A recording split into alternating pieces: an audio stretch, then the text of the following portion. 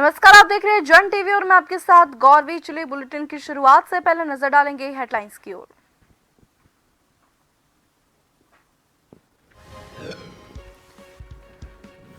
उत्तराखंड में लोक सेवा आयोग से चयनित एपीओ को सौंपा नियुक्ति पत्र। सीएम धामी ने की उनके उज्जवल भविष्य की कामना, कहा सभी जिम्मेदारियों का करेंगे निर्वहन।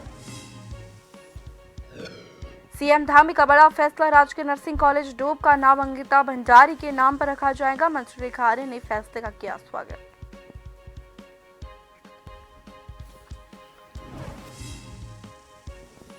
उत्तराखंड में फिर गरमाया अंकिता भंडारी का मामला। कांग्रेस के उपाध्यक्ष सूर्यकांत धस्माना ने सरकार से पूछे सवाल, 1 साल के बाद भी वीवीआईपी का नहीं किया नाम का खुलासा। प्रदेश में शुरू होगी धान की खरीद, खाद्य आपूर्ति मंत्री रेखा आर्य ने तैयार करवाया प्लान। अक्टूबर में होगी खरीद, 2100 रुपए प्रति क्विंटल से होगी खरीद।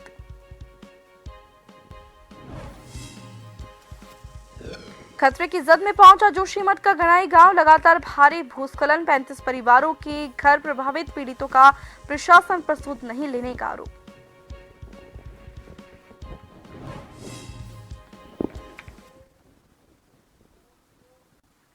मुख्यमंत्री पुष्कर सिंह धामी ने उत्तराखंड लोक सेवा आयोग से चयनित 57 सहायक अभियोजन अधिकारियों को नियुक्ति पत्र सौंपे। सचिवालय में हुए कार्यक्रम में मुख्यमंत्री ने सभी चयनित अभ्यर्थियों को शुभकामनाएं दी और उनके उज्जवल भविष्य की कामना की। मुख्यमंत्री ने कहा कि ईश्वर ने आपको ऐसा कार्य क्षेत्र दिया है जिसमें कार्य करने की बहुत सी संभावनाएं हैं। उन्होंने आशा व्यक्त की कि सभी अपनी जिम्मेदारियों का निर्वहन पूरी ईमानदारी और कर्तव्य निष्ठा के साथ करेंगे। कार्य क्षेत्र में आने वाली चुनौतियों का सामना जिम्मेदारी पूर्वक पूरी करेंगे। उन्होंने कहा कि देवभूमि उत्तराखंड की सेवा का अवसर मिलना सौभाग्य की बात है।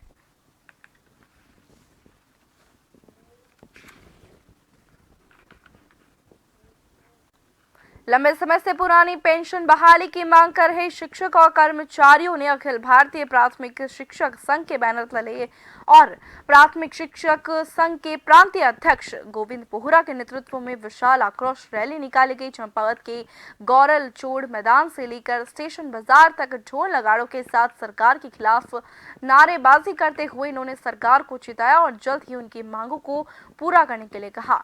रैली से पहले सभी शिक्षकों और कर्मचारियों ने गौर लचोड़ मैदान में बैठकर 1 अक्टूबर को दिल्ली के रामलीला मैदान में पुरानी पेंशन बहाली की मांग को लेकर NMOPS के बैनर तले होने वाले विशाल धरने को लेकर सफल बनाने को लेकर चर्चा की गई। प्राथमिक शिक्षक संघ के प्रांतीय अध्यक्ष गोविंद बोहरा ने प्रदेश के सभी शिक्षकों और कर्मचारियों से 1 अक्टूबर को दिल्ली में होने जा रहे विशाल धरने को सफल बनाने के लिए दिल्ली में पहुंचने का आह्वान किया।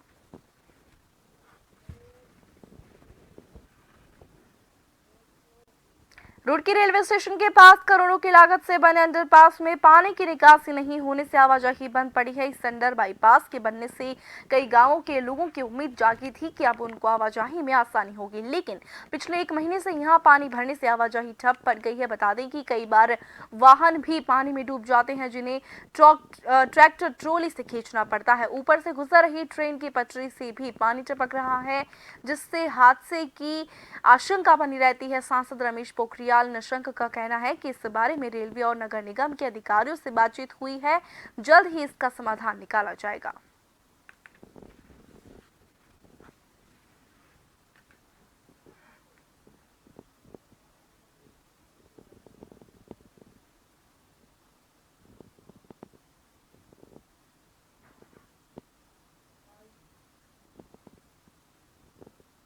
वो पुल बना है और थोड़ा सा बरसात के समय में क्योंकि पानी वहाँ भर रहा है तो वैकल्पिक व्यवस्था नगर निगम को ये कहा है कि उसको तत्काल विस्तारित करें और उसका लाभ लोगों को जिस काम के लिए वो बना है उसका लाभ मिले।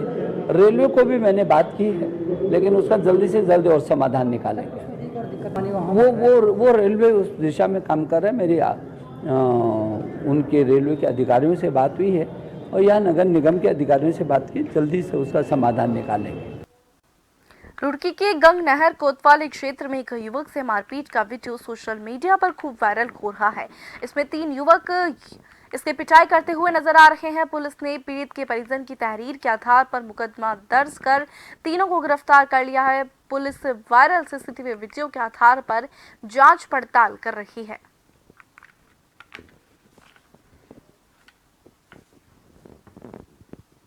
कि मध्य रात्रि में एक युवक के साथ 3 अन्य युवकों के द्वारा मारपीट की गई थी, जिस संबंध में पीड़ित युवक के परिजनों के द्वारा एक तहरीर कोतवाली गंगनहर में दी गई थी, जिसके आधार पर अंतर्गत धारा 307 आईपीसी के अभियोग पंजीकृत किया गया था और सीसीटीवी फुटेज एवं अन्य साक्ष्यों के संकलन के आधार पर 3 अभियुक्तों आशीष, राजा और विराट की गिरफ्तारी की गई और उन्हें गिरफ्तार कर माननीय न्यायालय के समक्ष प्रस्तुत किया गया है। पीएम मोदी की तरफ से चलाई गई आयुष्मान भवन योजना के तहत लोहाघाट के उप जिला चिकित्सालय में रक्तदान शिविर में भाजयुमो कार्यकर्ताओं ने रक्तदान किया। जिला महामंत्री गंगा पाटनी के नेतृत्व में कई भाजयुमो कार्यकर्ताओं और भाजपा जिला अध्यक्ष निर्मल मेहरा और नगर पालिका अध्यक्ष गोविंद वर्मा ने भी रक्तदान किया। भाजपा जिला अध्यक्ष मेहरा ने बताया कि चंपावत जिले में भाजपा रक्तदान शिविर, स्वच्छता और कई अन्य जनसेवा के काम कर रही है। स्वास्थ्य विभाग ने सभी रक्तदाताओं को प्रशस्ति पत्र दिए।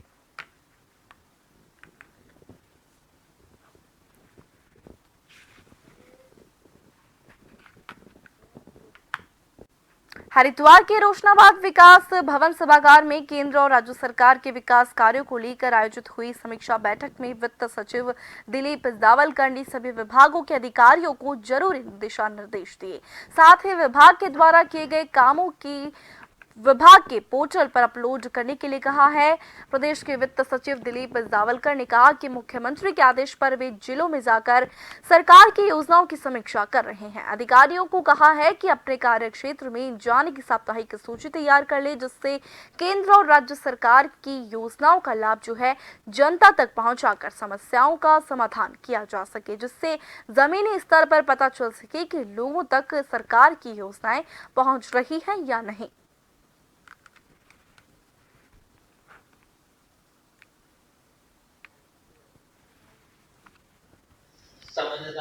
मैं यहाँ पर वित्त सचिव के रूप में मैंने यहाँ पर आके विविध योजनाएं जो चल रही है उनकी अभी प्राथमिक स्तर पर हम लोगों ने यहाँ पर जानकारी करी है और ये समीक्षा करी हुई है। इसमें मुख्यतः उद्देश्य ये था कि जो योजनाएं चल रही है उनका कितनी प्रगति हो रही है, उसकी आर्थिक और वित्तीय और भौतिक प्रगति कितनी है उसकी समीक्षा कर ली गई और मुख्यतः जो सामान्य एक इम्प्रेशन बना हुआ है कि काफ़ी स्थिति यहाँ पर व्यय की अच्छी है और भौतिक प्रगति भी जो है काफ़ी हद तक ठीक है।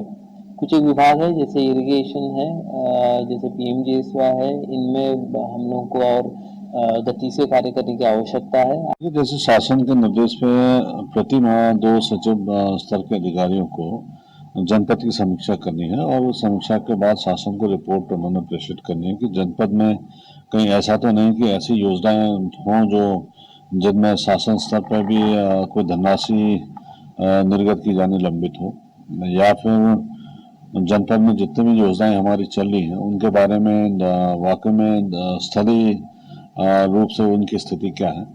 तो इन सारी चीज़ों को लेकर आज जावलकर सर आए थे यहाँ पे, तो वो पूरी जनपद स्तरीय अधिकारियों की उन्होंने समीक्षा की है और उन्होंने जो दिशा निर्देश दिए हैं कि विभाग और शासन के बीच में, खासकर उनके डिपार्टमेंटों के बीच में जो भी कम्युनिकेशन गैप है उसको कैसे दूर करना है।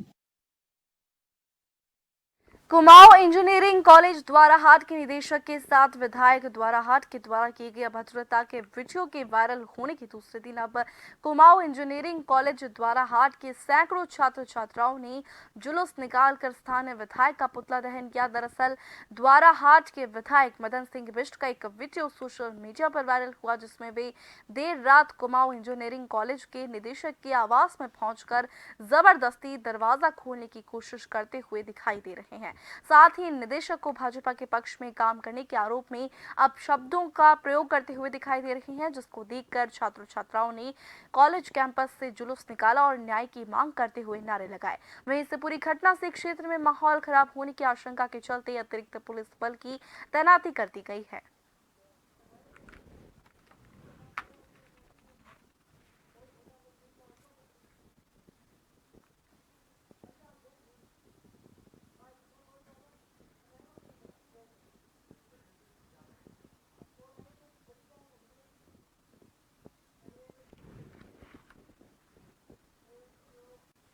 चौबटिया में सेना के द्वारा झूला देवी चौबटिया मुख्य मोटर मार्ग और नागपानी देहोली मोटर मार्ग और आम रास्तों को ग्रामीणों और स्थानीय नागरिकों के लिए बंद करने को लेकर जनता में खासा आक्रोश व्याप्त है। परेशान ग्रामीणों और टैक्सी चालकों के द्वारा सैकड़ों की संख्या में झूला देवी मंदिर पर पहुंचकर धरना प्रदर्शन कर नारेबाजी की गई। ग्रामीणों के पक्ष में व्यापार मंडल रानीखेत के पदाधिकारी और स्थानीय जनप्रतिनिधि भी पहुंचे, जिन्होंने सेना के अधिकारियों से वार्ता कर ग्रामीण जनता की परेशानी का हल निकालने को कहा। ग्रामीणों का कहना था कि चौबटिया की सेना के द्वारा सुरक्षा के नाम पर बेवजह ग्रामीणों को परेशान किया जा रहा है। सैनिकों के द्वारा चेकिंग का हवाला देकर पैदल और गाड़ियों का रास्ता बंद कर दिया जाता है।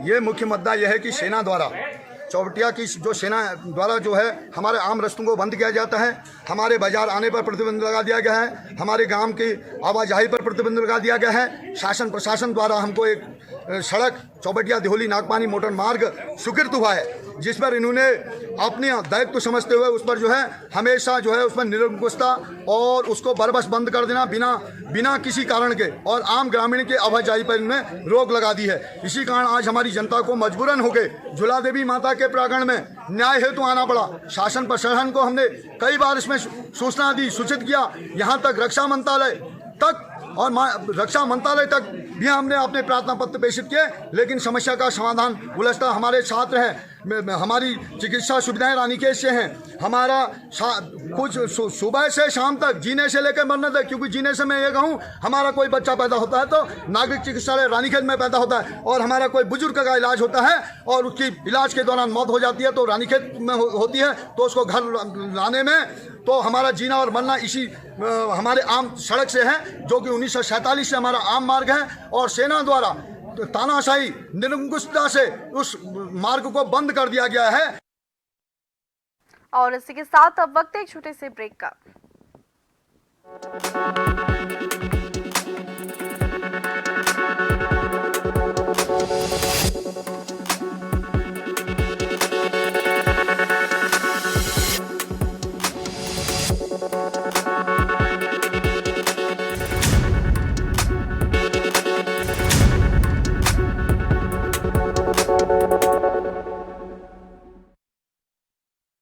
आप सभी का स्वागत है। बढ़ेंगे खबर को। डोईवाला तहसील के रामनगर डांडा गांव में एक ग्रामीण के घर के आंगन में बने गड्ढे का रहस्य गहराता जा रहा है।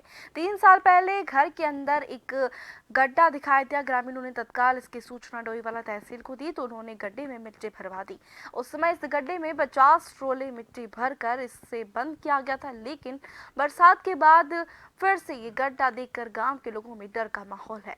एसडीएम से मिलने के लिए पहुंचे गांव के लोग और राष्ट्रवादी रीजनल पार्टी के नेता शिव प्रसाद सिंबल ने तहसीलदार सोहन सिंह रांगड़ से एक बार फिर से मदद की गुहार लगाई है। पिछली बार एसडीएम के निर्देश पर इस रहस्यमय गड्ढे की जांच सर्वे ऑफ इंडिया की टीम से भी कराई गई थी।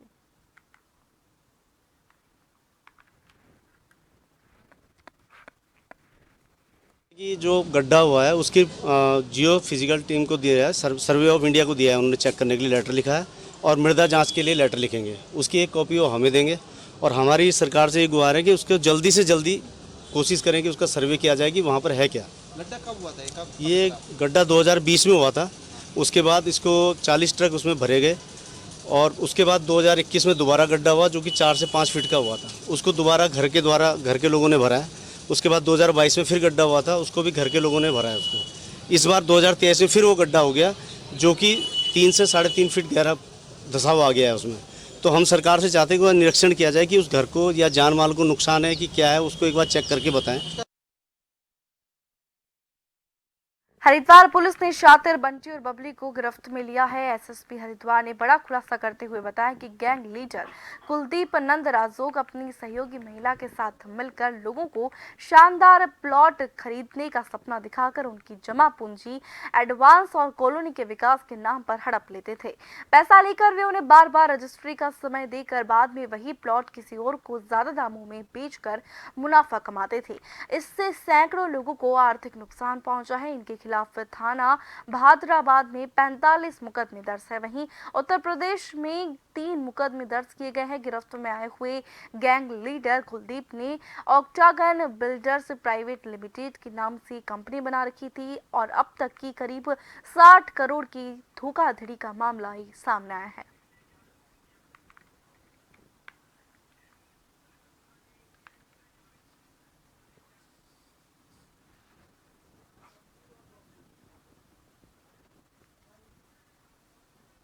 अंजलि वो भी इसमें थी और बाकी अन्य लोग भी इसमें शामिल हैं।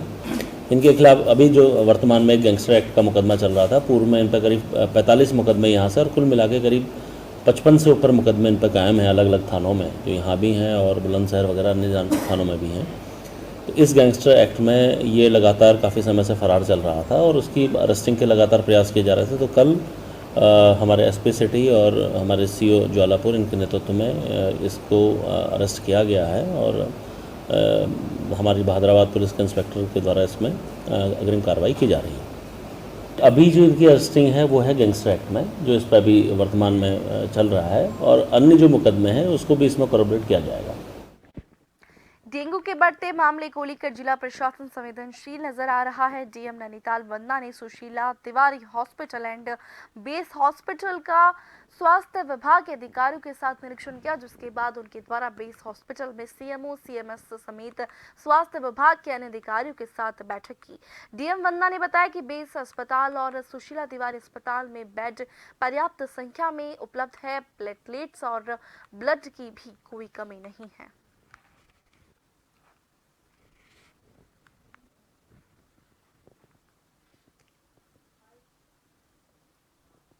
कर चुके हैं पिछले 3 दिनों में।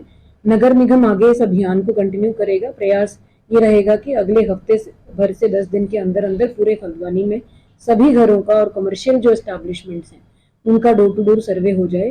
कल हमारे यहाँ 26 केस एकदम आए थे पॉजिटिव कंफर्म्ड केस डेंगू के, तो उसकी वजह से कुछ व्यवस्थाओं का हम लोगों ने निरीक्षण करने का आज विचार रखा था।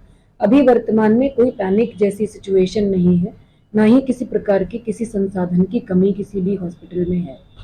एक मीटिंग हमने अभी हॉस्पिटल प्रबंधन समिति की भी करी है, महिला हॉस्पिटल बेस हॉस्पिटल दोनों की। इनका जो एनुअल बजट होता है उसको विभिन्न मदों में व्यय करने की स्वीकृति प्रबंधन समिति देती है, उसको अप्रूव किया गया है। जो विभिन्न सुविधाएं यहाँ बढ़ाई जा सकती हैं, जैसे लिफ्ट है उसको बदला जाना है या अन्य चीजें हैं, उन सब चीजों की स्वीकृति प्रबंधन समिति की बैठक में दी गई है। जोशीमठ विकास खंड के अंतर्गत आने वाला गनाई गांव खतरे की जद में पहुंच चुका है। यहां लगातार भारी भूस्खलन हो रहा है, जिसके चलते 30 से 35 परिवारों का आशियाना इस वक्त खतरे के निशान पर पहुंच चुका है। गनाई गांव के आपदा पीड़ित परिवार इस वक्त शासन और प्रशासन से लेकर गांव के ही जनप्रतिनिधियों पर तरह तरह के सवाल उठा रहे हैं। आपदा पीड़ित परिवारों का कहना है कि गनाई गांव लगातार भारी भूस्खलन की चपेट में है और शासन प्रशासन से लेकर जनप्रतिनिधि उन्हें खाली आश्वासन दे रहे हैं और उनकी समस्याओं को अनदेखा किया जा रहा है। आपदा पीड़ित परिवारों का कहना है कि शायद शासन प्रशासन किसी बड़ी अनहोनी के इंतजार में बैठे हुए हैं।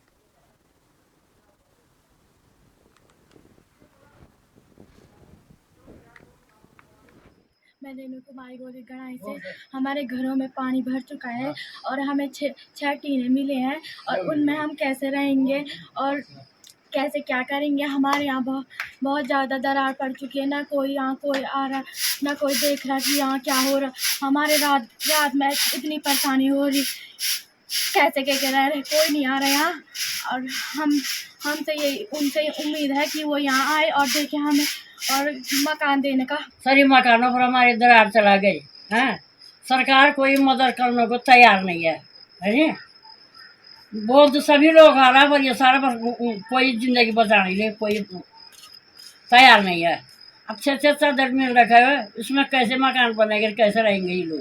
लगातार बारिश के कारण भूधसाव हो रहा है और हमारे 30-35 परिवार ऐसे बेघर हो गए कि जो हमारी मकानों में बहुत सारी दरारें आ गई और मकान पीछे की ओर धसाव की ओर झुक रही है। अभी तक शासन प्रशासन हमें खाली झूठ पे झूठ आश्वासन देते जा रहे हैं, नहीं यहाँ पे आए। हम जब भी अपना शिष्टमंडल लेके वहाँ प्रशासन तहसील प्रशासन के पास जा रहे हैं, वहाँ पर तहसील प्रशासन हमें प्रताड़ित कर रहा है, कह रहा है कि तुम्हारे साथ अगर प्रधान है तभी तुम तहसील में आओ, नहीं तो अन्यथा हमारे साथ नहीं मिलो। अघोषित विद्युत कटौती, लो वोल्टेज दर्जर विद्युत पोल सहित विद्युत विभाग से जुड़ी अन्य समस्याओं के समाधान के लिए स्वराज सेवा दल के विधानसभा अध्यक्ष रज्जे बिष्ट के नेतृत्व में तमाम क्षेत्रवासी विद्युत विभाग उपखंड कार्यालय पहुंचे और विद्युत विभाग सहित सरकार के खिलाफ जमकर नारेबाजी की। यहां पहुंचे तमाम पदाधिकारी और क्षेत्रवासियों ने अपने संबोधन में कहा कि लगातार ज्ञापन देने के बावजूद भी आज तक लो वोल्टेज और अघोषित बिजली कटौती जैसी समस्याओं का समाधान नहीं हो सका है, जिससे कि क्षेत्रवासियों में भारी आक्रोश व्याप्त है। इस दौरान सभी ने एक सुर में कहा कि यदि विद्युत विभाग इन जन समस्याओं का तत्काल समाधान नहीं करता है तो स्वराज सेवा दल सभी क्षेत्र वासियों के साथ मिलकर उग्र आंदोलन करने को बाध्य होगा। देखिए, आज हम लोग बिजली विभाग की अनियमितताओं को लेकर, जो बिजली विभाग ने धांधली कर रखी है उसको लेकर स्वराज सेवा दल के आह्वान पर राजनीतिक दल, समाजसेवी दल एवं आम उपभोक्ता आज यहाँ पर पहुंचे हुए थे, जिन्होंने स्पष्ट रूप से कह रहे हैं कि भैया बिलों में बढ़ोतरी उसको कटौती कीजिए, उसको लिमिट से कीजिए, और जो जर्जर पोल हो चुका है उनको चेंज कीजिए, और ट्रांसफार्मर की लो वोल्टेज की सबसे बड़ी समस्या उसको चेंज कीजिए। मगर यह है कि आज जनप्रतिनिधि सब लोग कहते गए हैं विद्युत विभाग अफसरशाही में हावी है, इसलिए हम लोग लास्ट में देख रहे हैं कि समय रहते अगर विद्युत विभाग नहीं जाएगा तो हम मजबूरी में हमें ग्राम को बाध्य होंगे, जिसकी सारी जिम्मेदारी विद्युत विभाग की होगी।